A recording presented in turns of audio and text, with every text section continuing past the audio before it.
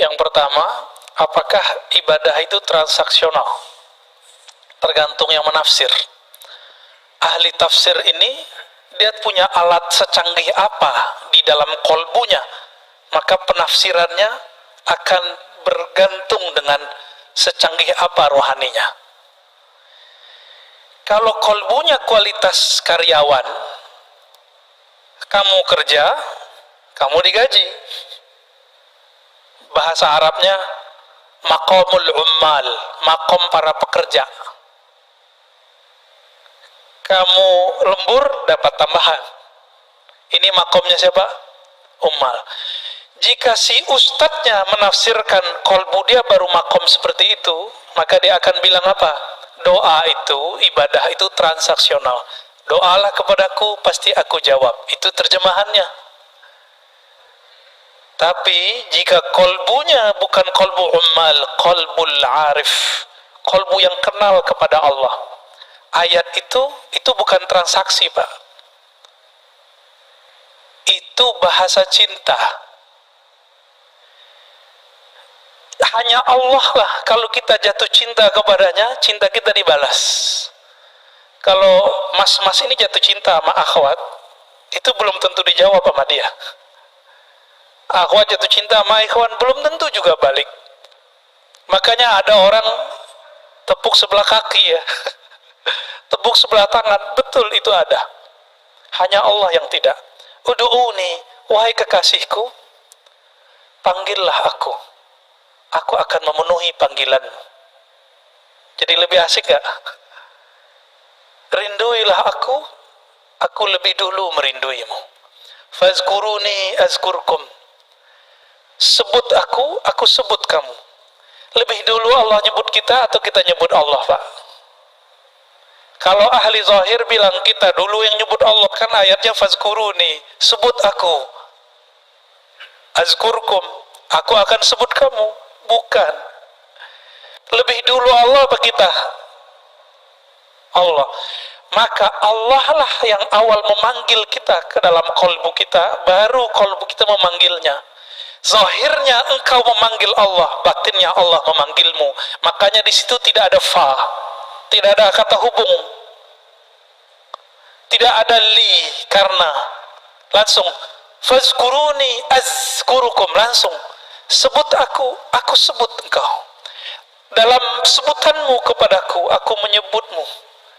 Dalam sebutanmu kepadaku, aku memanggilmu. Jadi kapan Allah memanggil kita, Pak? Kalau kita memanggil Allah. Kapan? Saat kapan Allah ingat kita? Di saat kita ingat Allah. Duluan dia. Allah kan qadim. Apa arti qadim? Wal awwal wal akhir. Dialah yang maha awal. Tidak ada yang lebih awal darinya. Dialah yang maha akhir. Tiada sesuatu kesudahan setelahnya. Jadi Bapak ini rahasia kita sebut. Kalau lagi zikir tuh Allah lagi manggil sebenarnya. Kita kalau lagi nyebut nama Allah, ya Rahman, la ilaha illallah, subhan, itu Allah lagi sebut-sebut nama kita itu. Seneng nggak disebut kita sama Allah? Nama Bapak disebut oleh Allah di langit, seneng nggak? Tapi kalau nyebutnya keputus-putus, hari ini nyebut besok enggak, ya Allah begitu juga. Bisa dibedain ya. Jadi tergantung dia punya alat apa di kolbunya. Sebatas itulah kemampuan dia mengambil makna ayat. Jadi ayat itu diterjemahkan bukan berdasarkan harfiahnya, tapi berdasarkan kedalaman kolbu orang yang punya kolbu. Ya. Yang kedua, kalau sholat itu adalah kenangan kita dengan Allah. Terus kenapa ada orang yang sholatnya buru-buru gitu ya? Sholat orang yang buru-buru ini ada persoalan fikih, bukan persoalan ruhani, Pak. Itu kan kiai-kiai fikih aja itu. Secara fikih, boleh nggak baca Quran cepet-cepet, yang penting makhorijnya nyampe, matnya nyampe, boleh nggak? Satu napas. Ada, Pak. Tanya ahli qiraat. Jadi antara riwayat hadis, di hadis itu Nabi, ketika selesai satu ayat, Nabi berhenti. Alhamdulillahi Rabbil Alamin, Ar-Rahmanir Rahim. Begitu di satu riwayat. Riwayat ini ahad, diriwayatkan oleh sekelompok kecil ahli hadis.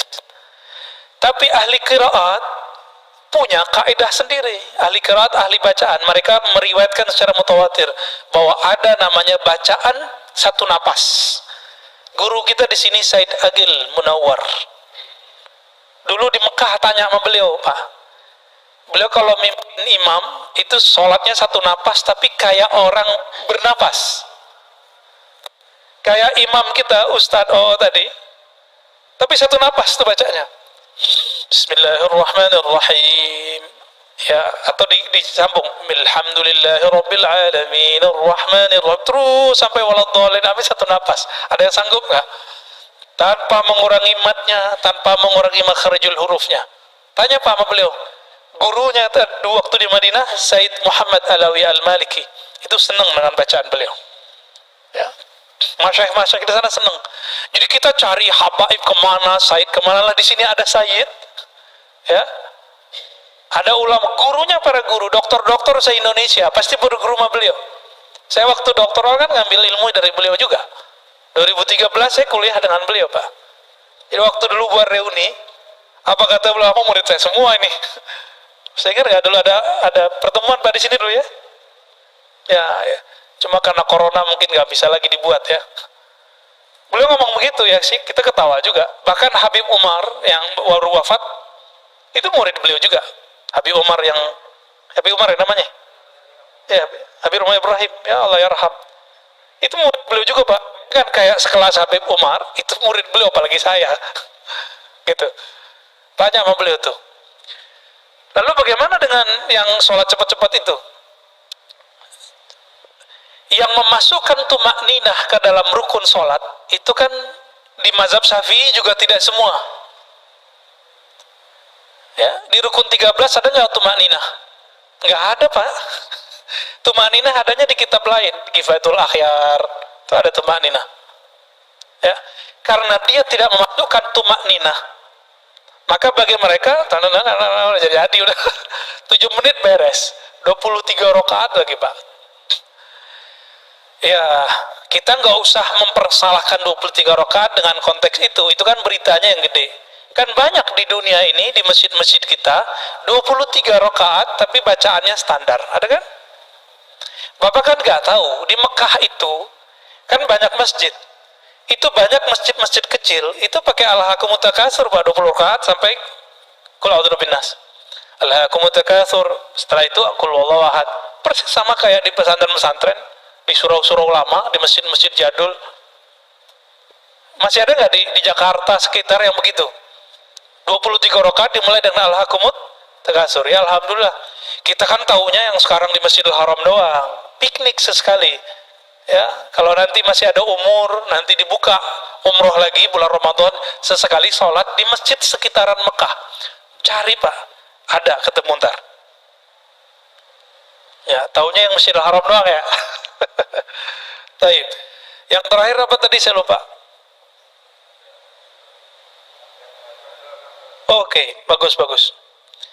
Simahum fi wujuhihim min athari sujud. Akhir dari surah Al-Fat. Dalam tafsir Imam Tabari, tafsir Imam Salafus Saleh, beliau mujtahid mutlak, tapi tidak keluar dari mazhabnya dan masih bermazhab Syafi'i. Apa kata beliau? Simahum fi wujuhim itu adalah al-khusyu', pancaran bekas kekhusyuan di wajah. Gitu. Ini secara rohani. Secara fisik bagaimana? Ya mungkin sebagian ada yang jidatnya hitam, ya nggak apa-apa.